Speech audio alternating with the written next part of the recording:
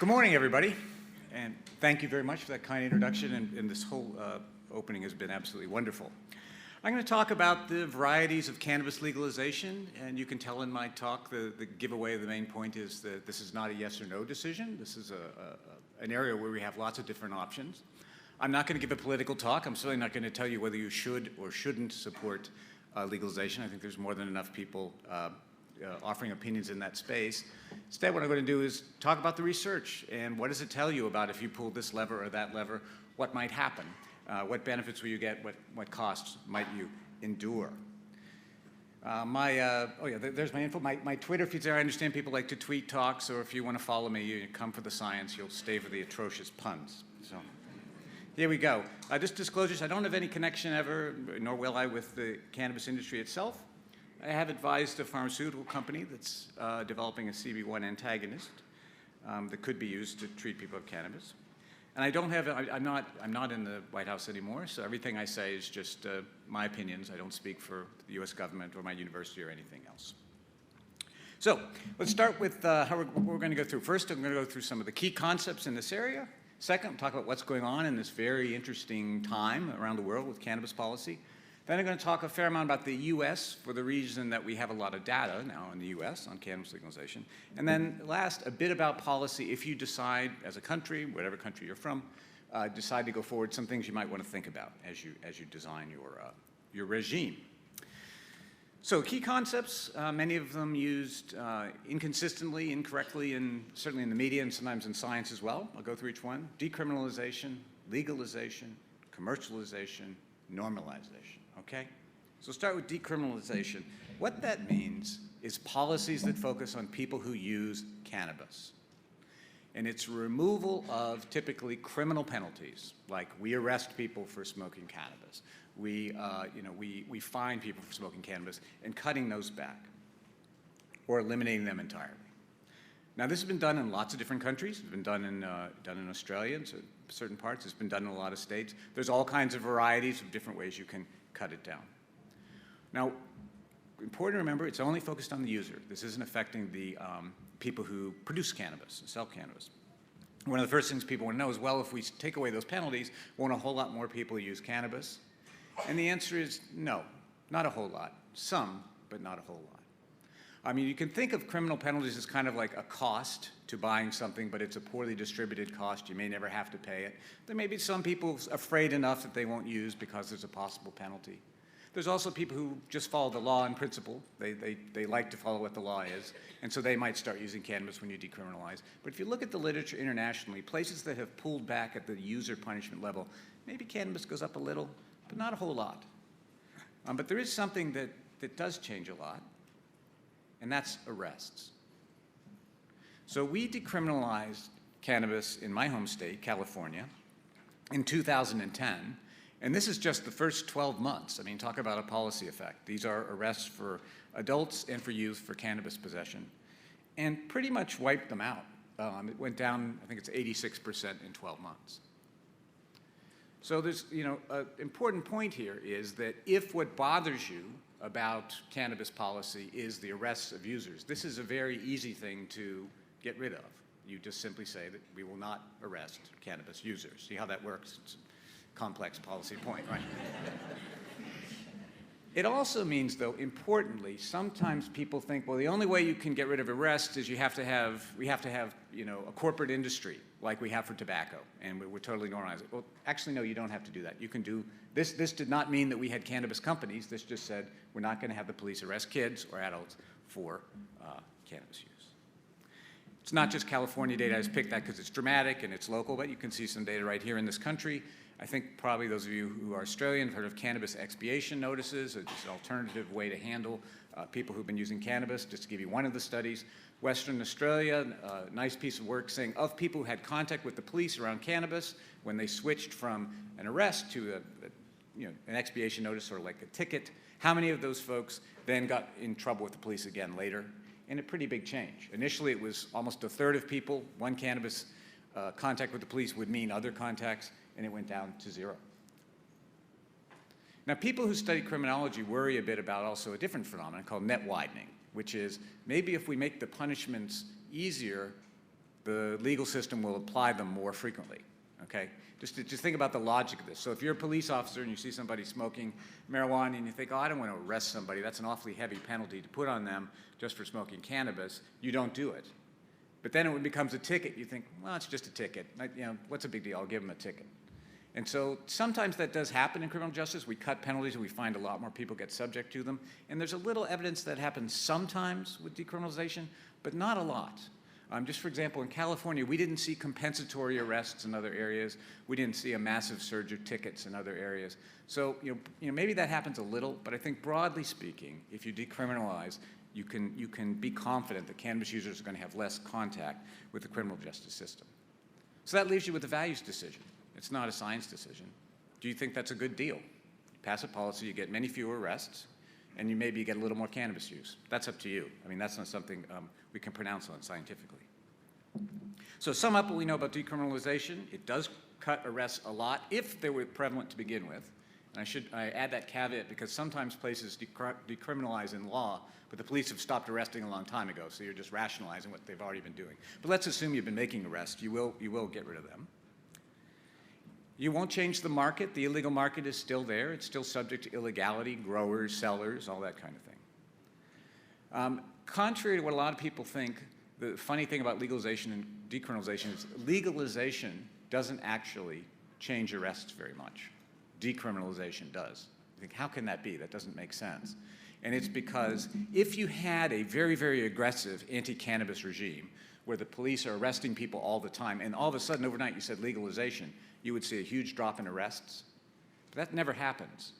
Places that legalize have usually decriminalized before, have backed up before, they have more tolerant attitudes about cannabis. And so by the time legalization comes along, there aren't any arrests left to get rid of, or there's very few. You can only eat that lunch once. So in California, we decriminalized in 2010 and legalized about 8 years later. It was really the decriminalization wiped out almost all our arrests. So by the time legalization came, that wasn't really what the point was anymore. People often ask about prisons. Sometimes people promise, you know, if we legalize cannabis, you know, we'll really empty out our prisons. I don't know the data in this country. I know it in my own. That is just not true. When politicians say, you know, I'm going to get rid of mass imprisonment by releasing all cannabis smokers, I always think, wow, both of them? Thanks for taking a stand in life. That's not why people go to prison. Even and you take the most generous count, you count people who had like 500 pounds of cannabis and they had a gun and they were tax evading and all that, it's still like 1% to 2% of our prison population. So that's not where you're going to see the change. It's further down the line. Who gets an arrest, who gets a criminal record. And those are not trivial things. They affect whether you can get a job, whether you can go to school, and so on. But it's not at the prison end. That's not where you're going to see any big change, at least not in the US. So let's go to the next policy, legalization. Sometimes used as a synonym, but it's really fundamentally different. This is now saying producing cannabis, growing the farm, selling it, is legalized. So now you're making an intervention in the market, not just on the users. So right away, that does something qualitatively different. It puts pressure on illegal sellers. You're creating competition. The guy on the corner who's selling the cannabis illegally, if you decriminalize, he doesn't care. In fact, he's happy. He might get a few more customers. But then when you open up a store that people can go in and not have to deal with him, that's competition for him. So theoretically, legalizing things should shrink illicit markets over time. Not right away, but over time, it will shrink them. The other effects depend hugely on how you do it, and there are many, many ways to do it. In the US, we have been presented mostly with a fait accompli of saying your choice is you can have a clone of the tobacco industry or nothing. But that's not true. There's actually lots and lots of different choices in there how you do it. This is a beautiful slide. This comes from the RAND Corporation, Bo Kilmer, Jonathan Calkins, Peter Reuter, Rob McCoon, Rosalie Pakula, a really nice report on all the different ways you can legalize marijuana. But they show the ranges. So, you know, you could start way over on the left. You could say, well, it's still going to be illegal to sell, but we're going to really cut the penalties and just make it a ticket. Or you can go all the way to the lower here right, and you could say we're going to have basically a for-profit industry, free market, no regulations, sell what you want to sell. But there's a gazillion things in between there. You know, you could have a grow your own regime. If you want it, you can have it in your garden. You could have clubs where people grow it together. You could have government state stores, we used to call them, where you'd have private companies growing it, but then the stores where you bought it would actually be run by the government, and they would not advertise, and they would card kids and all that kind of stuff. You could have nonprofits do it. Or you could have what are called public benefit companies. These are companies that have to take basically a pledge where they value things like community, public health, and well-being higher than they do profit. There's lots of choices in there that are available. So the next thing we're talking about is what is commercialization? This is a process that is distinct from legalization but is allowed by it. And it's the extent to which the product is promoted. So, something can be legal, but that doesn't mean you're going to flip on the television and see an ad for it, or see a celebrity endorse it, or see charity events endorsed by it, or you're going to see shops on every corner. And that seems to have unique effects, apart from removing criminal penalties, is how much promotion do you know? The best evidence on this comes from my colleague Rob McCoon's study of the Dutch coffee shop system. And the Dutch are a gift to drug policy nerds. It's just a great country because they gather lots of data and they try different things and they learn from what they've done. So they created a coffee shop system. So that means it's legal for, I can run a coffee shop, I can sell you cannabis, you can buy it legally, you can use it in my shop. And when they did that, a lot of people said internationally, everyone's going to be stoned in the Netherlands. Turns out very little change just from having the coffee shop system. But over time, it got more commercialized, more advertising, people opening up more shops, especially near borders, and there was a huge spike in cannabis use. It wasn't that it was suddenly legal, it had been legal. It was being promoted, it was being sold, it was aggressively. And the Dutch, being Dutch, then wound that back, and the cannabis use has gone back down again. So that's another important lesson if you're going to legalize. You could take away the penalties. That doesn't mean you have to then just say, and we're going to have mass promotion. There's plenty of products that we tolerate, but we don't necessarily exhort people to use. Then the last thing is normalization. And that's not a policy. It's just what's considered normal. So if I came into this talk today, and I said, it's great to be here in Tasmania. It's really terrific. I can't see all of you because I like to wear my tie on top of my head instead of in front of me. You'll all be sitting there thinking, who is this weirdo and how did the committee invite him, right? And then I look at your nonverbal behavior and I'll, yes, of course, straighten out my tie. That's not illegal. I can give my whole talk that way. It's perfectly legal. But it's weird, right? It's not normal. And a huge amount of all our behavior around substances is not shaped by the law. It's shaped by what we and our friends think is normal. We're in far more contact with each other than we do with the authorities. So think about drunk driving. Okay, if you're my age, you can remember, when I was young, somebody who tottered out of a party, I'm going to have one more for the road, people might have laughed as they got into their car. Now they would be looked at like a pariah. That is what has changed. Yes, we have enforcement in drunk driving. Yes, we have laws. But a huge part of it is a lot of people just think it's wrong. You should not drink and drive. And your friend will say, no, you can't do that. Give me your keys. So what the norms we develop around cannabis also matter a lot, no matter what the law says, what's normal and what's acceptable. Now, if we have industries, they'll try to shape norms because it's in an industry's interest to make whatever they sell seem normal, right? But the rest of us have an opinion too. We can decide what's normal and what's not. And just give an example of how this works out. I've changed the details here, so it's not going to break anyone's privacy, but how this might work. So Sally is a 40-year-old accountant who was recently divorced. Her 16-year-old son, Richard, has seemed sad and low on energy since the marital breakup. Richard smokes marijuana every day, both before and after school. He has trouble sleeping. He's also gained a large amount of weight, but his friendships and his grades have deteriorated. So what's Richard's problem? Now, in the beautiful world of clinical trials, everyone has exactly one well-defined problem and nothing else. It's really awesome. But in real life, it's all this kind of mixed up stuff. And so you imagine Sally talks to her neighbor and says, I'm worried about my son. What do you think might be wrong? Now, what her neighbor says is going to depend in part on how normal is cannabis. If this was the 1980s where we had a very hostile culture around marijuana, probably the neighbor would say, I've heard that cannabis is what's doing it. That's what's ruining his life. You need to get him into cannabis treatment. But it was more normalized and say, well, kids use cannabis. That's not a big deal. Maybe he has an eating disorder. Maybe that's why he's gaining weight. Or divorce is hard on kids. It's a phase. Kids go through these things. Don't worry about it, or whatever. And her neighbor may be right or wrong. I'm not saying that. It's just whether we normalize will change how we perceive ourselves or other people who have problems and use cannabis. Can cannabis be a problem, or is it? No, it can't be. It's utterly normal. So now, with that as background, what's going on in the world? So Canada has legalized nationally, first really big country to do it completely nationally. They've got provinces. They're sort of, it's going to be nice from a data point of view. They're kicking a lot of the decisions down to provinces. Provinces are doing a range of different kinds of things, from more to less regulated. The Netherlands, I've mentioned, the coffee shop system. New Zealand has a referenda to sample popular will, I think, next year, early next year. Spain has cannabis clubs. So this is a model where you join and you can grow in the club and use in the club, but it's not corporate.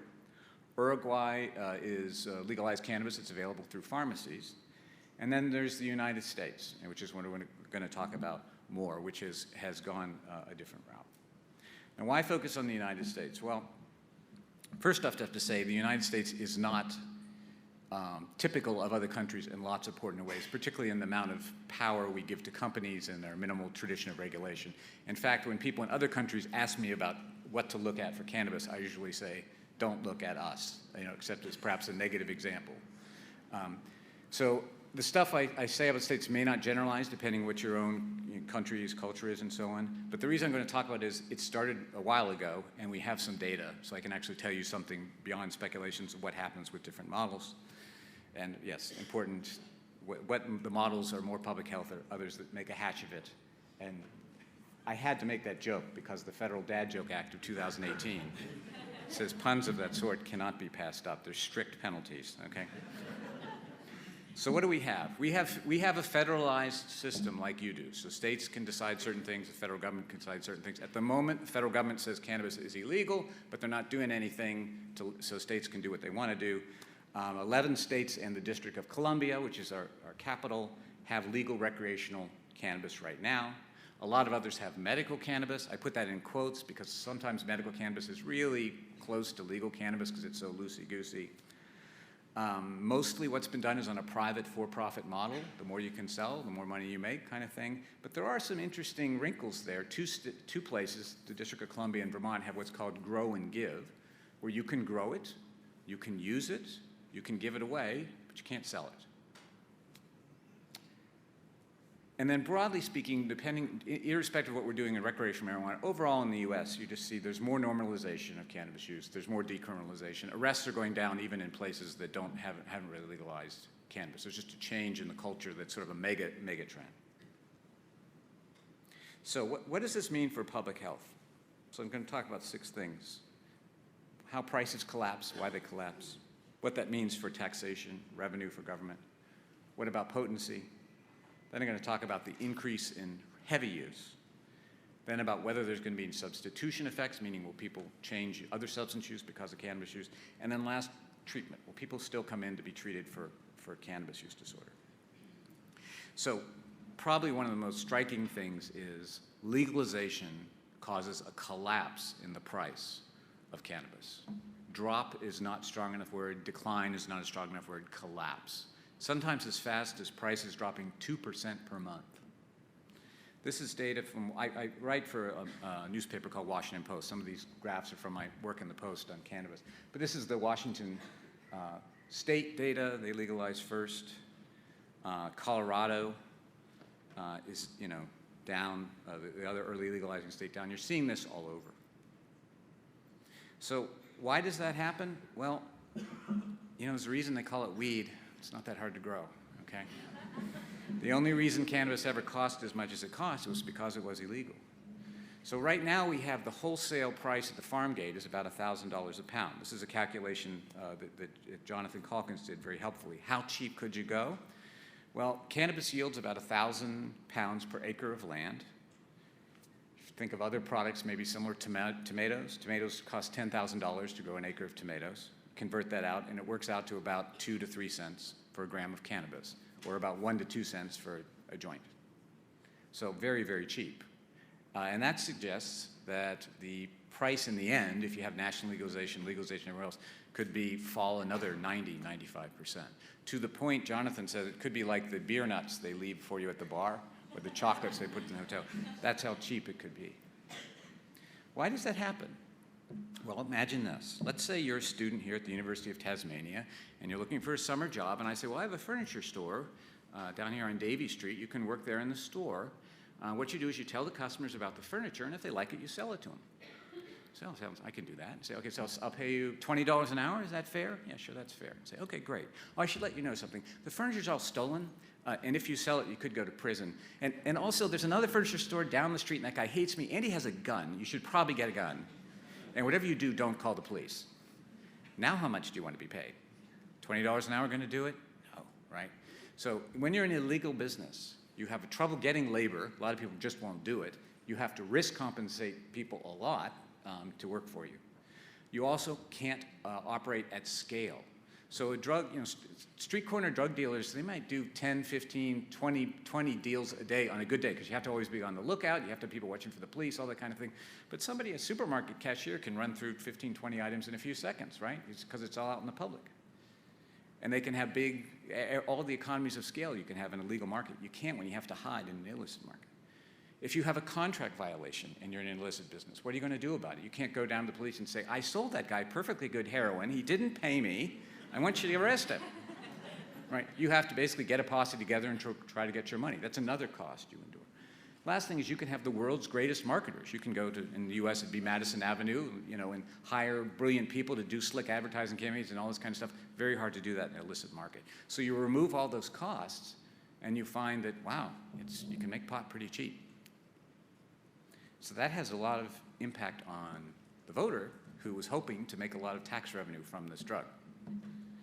So a lot of people who voted for legalization in California didn't actually care much about cannabis. They cared about the money. They thought, well, we might get, if it's $400 an ounce and we tax it at 25% and we sell 1 million ounces a year, think of all the money we'll have for schools and so on. You also need some money to pay for regulation. If you're going to have licensed sellers, you have to have somebody who issues licenses. If you're going to have health and safety rules, you have to have someone to make sure people follow them and so on. And what's happened to a lot of these states is they've set an ad valorem tax. In other words, they're taking a percent of the take. But as those prices collapse, that money disappears. So it's 25% of $400 an ounce. And then next year it's 300, 200, 100, and my 25% is shrinking all the way.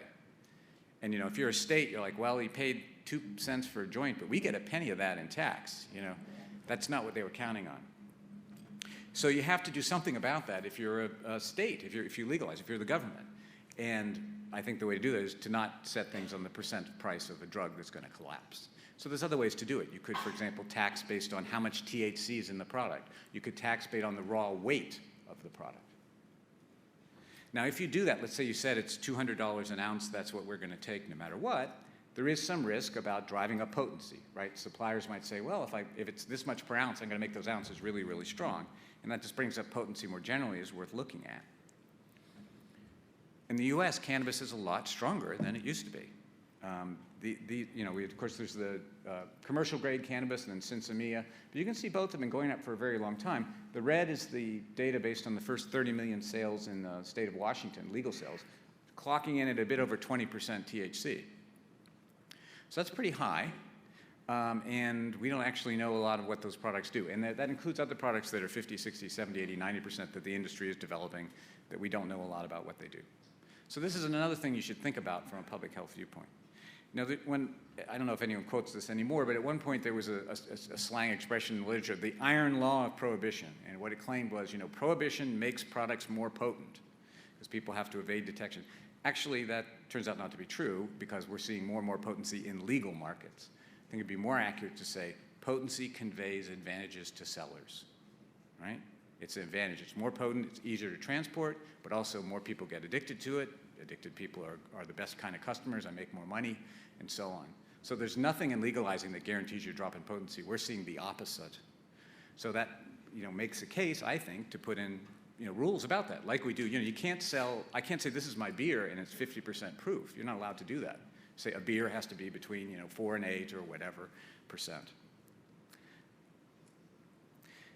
The potency may also be linked to worrisome thing we're seeing in the US is a huge change in the number of people who use cannabis all the time. So this is called the National Household Survey on Drug Use, and this is data done by Jonathan Calkins. 1992 was our low point in cannabis use. And these bars are how many people have, in various use categories. If you look at the bottom, has that got a laser on it? It does. So this one here is how many people use cannabis at all in the last year. That's gone up, it's like, maybe doubled since our low point. So maybe you worry about that a little bit, but you probably don't flip out. But this is people who use all the time, every day or nearly every day. That's up tenfold. That worries me as a health person. And that could well be linked to the higher potency of the product. So what's really changed as we've legalized, we do have more pot users, but not a huge amount more. What's different is the once a week person is now a 5, 6, 7, 8, 9, 10 times a week person. That's what we've seen the growth.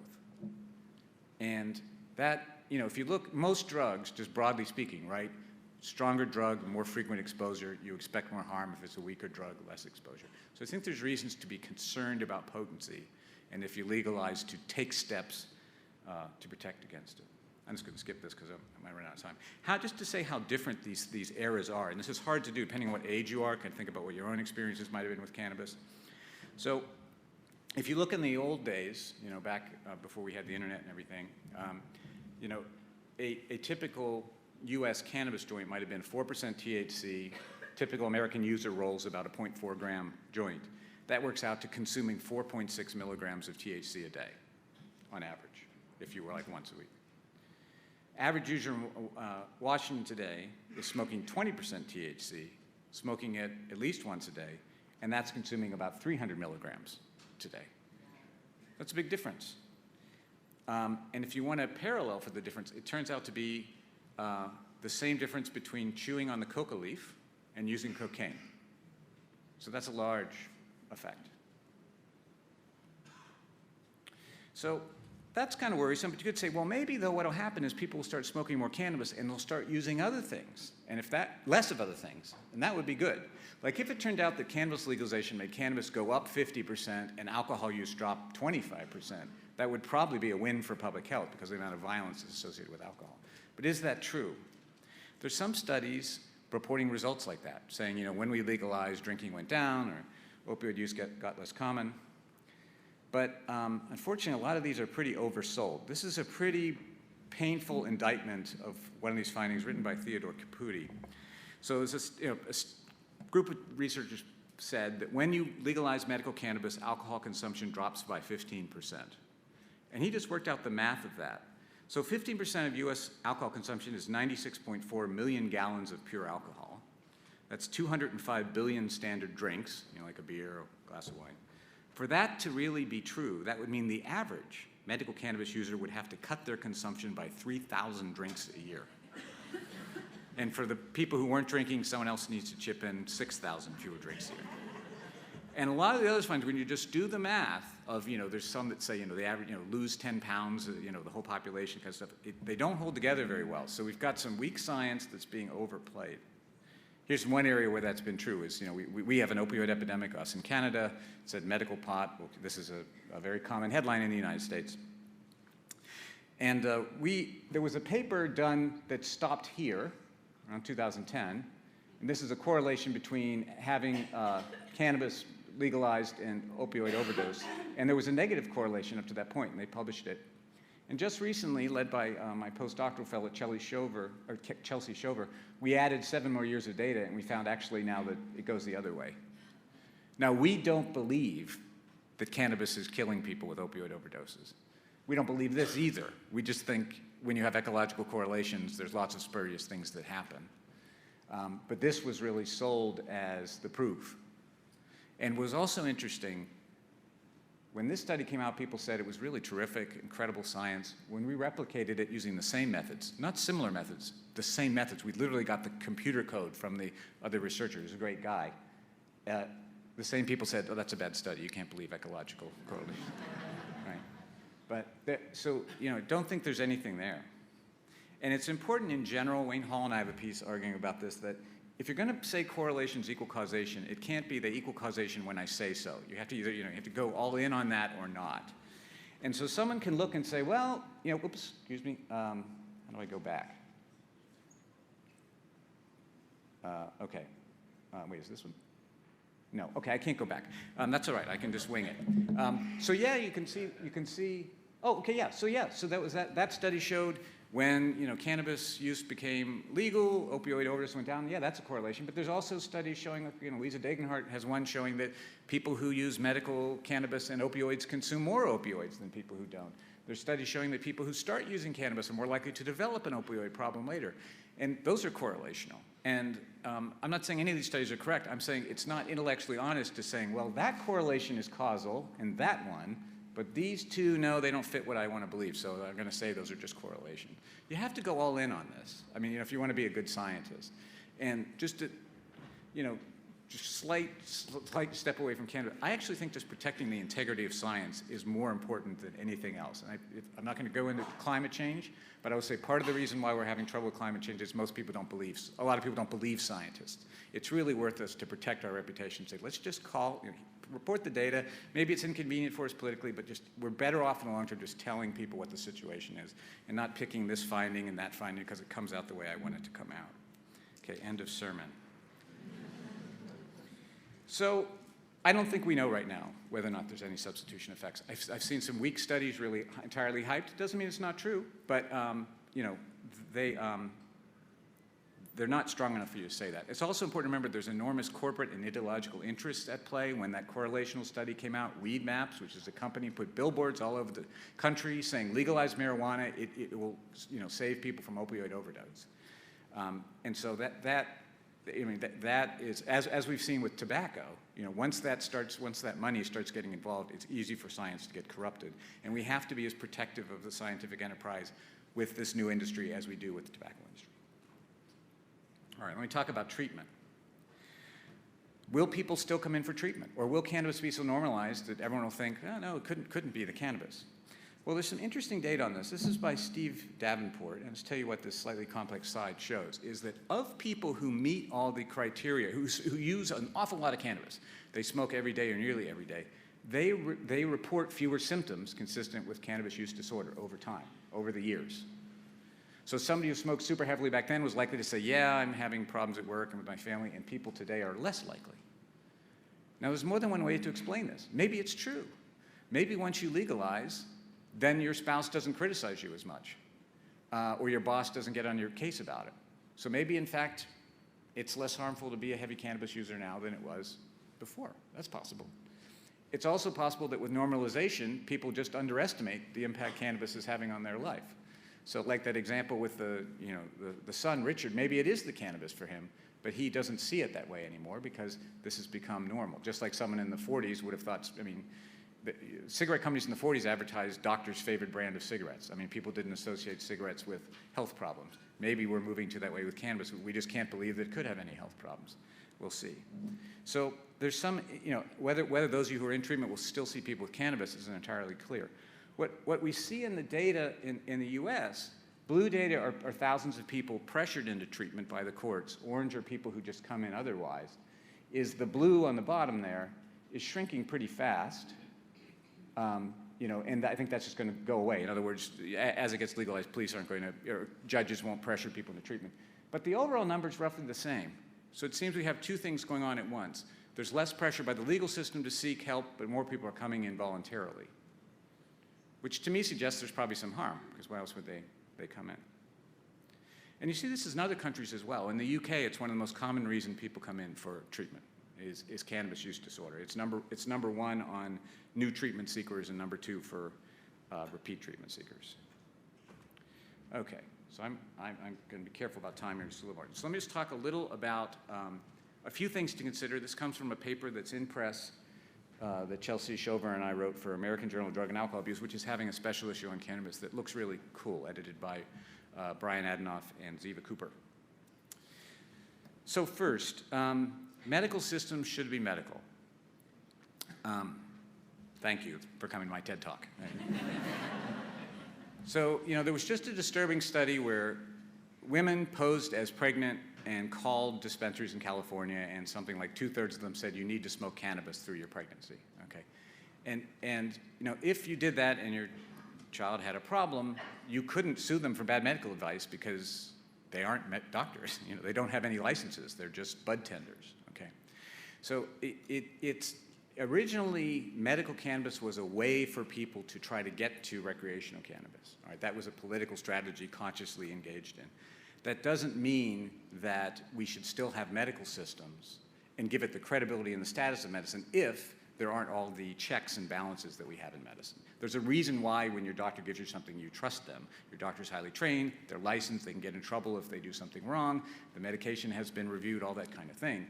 But when you call medicine, anybody, you know, any 22-year-old standing in a dispensary saying, you know, cannabis indica is good for Alzheimer's and this special thing is good for obesity, you're assigning the public trust in medicine to something that does not merit it. Now, some people would say, but cannabis can have health effects, good health effects. It absolutely can. We have multiple medicines that have come out of it, and we'll probably have more. But that's not the case to run a separate medical system.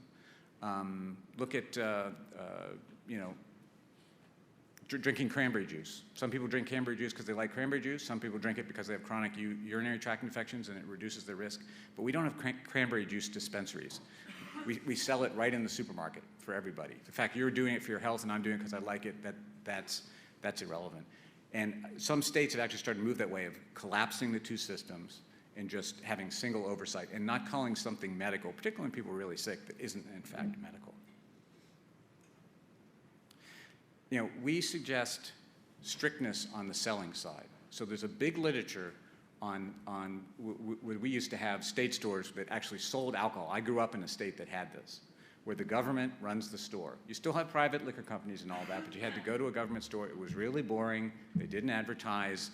They weren't open at midnight. They didn't have 2-for-1 sales. They always checked your ID. I can promise you that. And the states that had those have less youth drinking, less binge drinking, and fewer drunk driving fatalities. That is a model we could use for cannabis. In fact, at least one of the Canadian provinces look like they're going to do that. And that would give you a stronger lever to ensure public health rules were followed than if you just have a entirely for-profit model. If you do, in fact, have a for-profit model of companies, you can still do a lot around the licenses. You can say licensing, you can only be a nonprofit.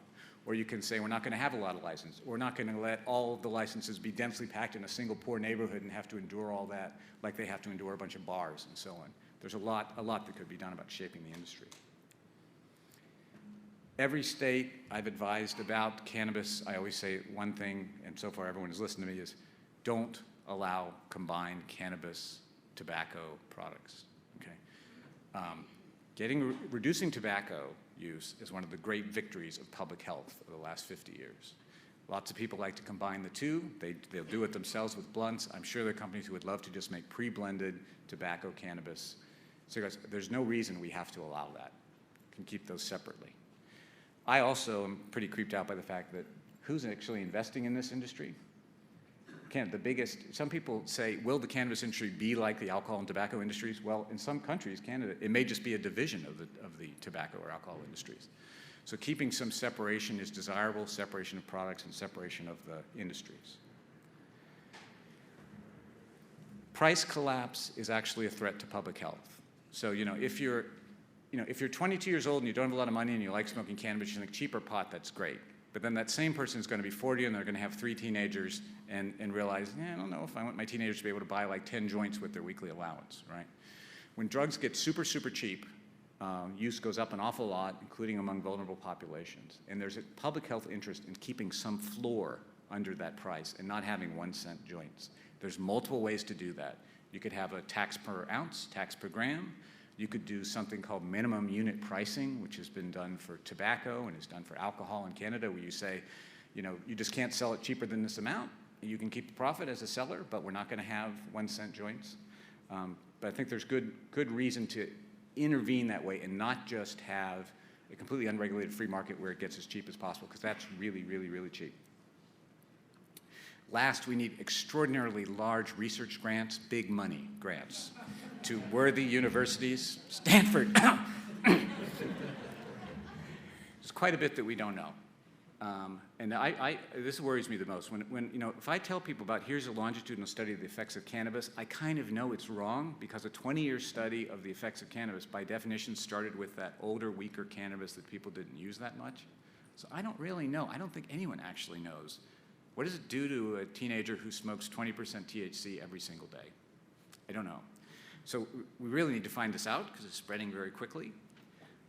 And even more so on these higher products. But there's lots of other things, like there's the substitution question. Maybe there are substitutions. That would be great if other substance use goes down. It could be, though, other substance use goes up. What if tobacco smoking comes back? We really need to understand that very well. So that it's not just self-interested when I say more research is needed. You can do the research. I will root for you. I don't need the grant myself. But this is really, really important. Something fundamental in policy has changed, and science doesn't understand it very well. And we really need to make intelligent decisions that are to protect public health. Thank you.